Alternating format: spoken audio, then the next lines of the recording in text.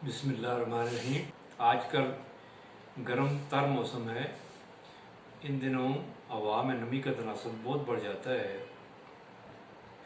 और हमें मुख्तलिफ बीमारियां आ घेरती हैं, जिनमें हैज़ा, मलेरिया, बेने वाला नज़ला वगैरह बहुत आम हैं।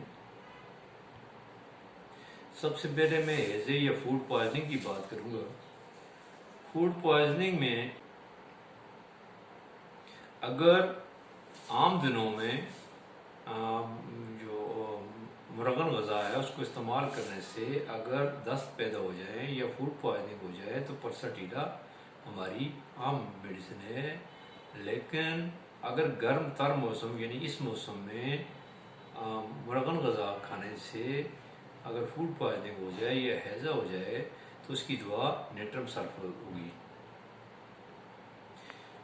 इसी तरह आइसक्रीम या फल खाने से अगर फूड पॉइजनिंग हो जाए या हैज़ा हो जाए तो उसकी दवा भी आर्सेनिक के बजाय इन दिनों, आम दिनों में चूँकि आर्सेनिक होती है, इन दिनों में ज़्यादातर इलामात जो है वो नेट्रम सल्फी की पैदा होती हैं। इसी तरह मलेरिया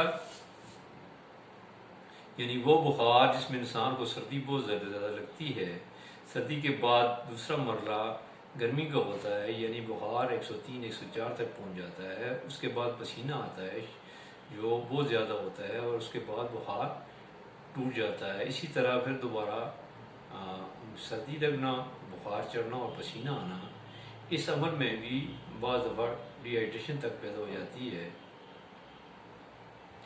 इन्फ्लुएंज़ा जो बेने वाला नज़ला है, आम दिनों में तो बहुत सी मेडिसिन है, लेकिन इन दिनों में अगर ख़ास तौर पर अगर गर्म तर मौसम में या इन दिनों जब नमी का तनासब बहुत ज़्यादा है हवा में, तो इन दिनों में अगर आपको तर नज़ला हो जाता है तो उसकी दवा भी नेट्रम सल्फी होगी।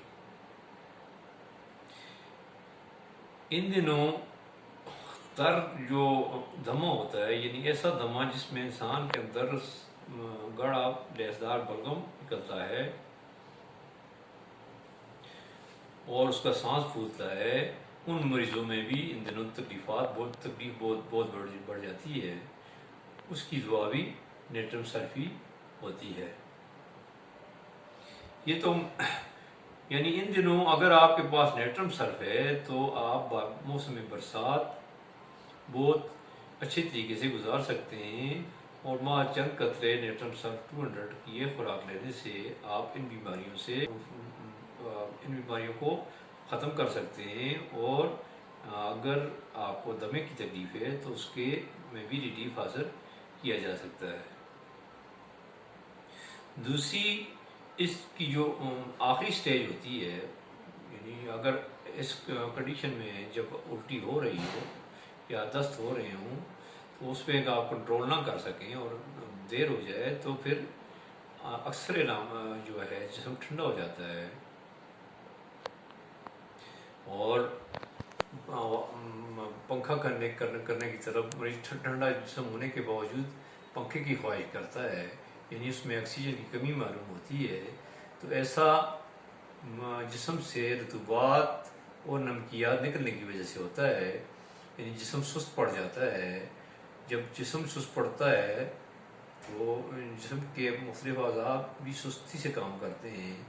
इस तरह एक आम आर्गन जिगर जो है वो अपनी कुदरती जो गर्मी है उसको बरकरार नहीं रख सकता, जिसकी वजह से जिस्म ठंडा हो जाता है और फेफड़े अपनी जो कुदरती उनकी एक सलाहियत है उससे महरूम हो जाते हैं, जिससे इंसान को ऑक्सीजन की तरफ बढ़ जाती है।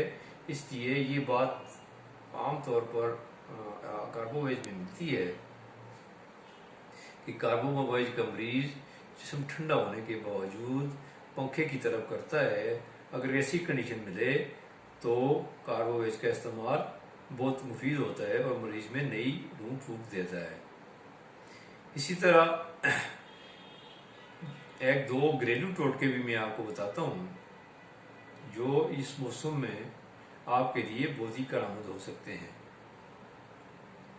वैसे तो सुर्ख मिर्च के आपने नुकसान बहुत सुने होंगे, लेकिन अगर हैज़े में या फूड पॉइजनिंग में मिर्च का इस्तेमाल किया जाए, खालिस मिर्च एक चुटकी मुंह में डालकर ऊपर से पानी पिला दिया जाए मरीज को, तो उसकी उल्टी और के फौरन रुक हो जाती है और जिस्म भी गर्म हो जाता है।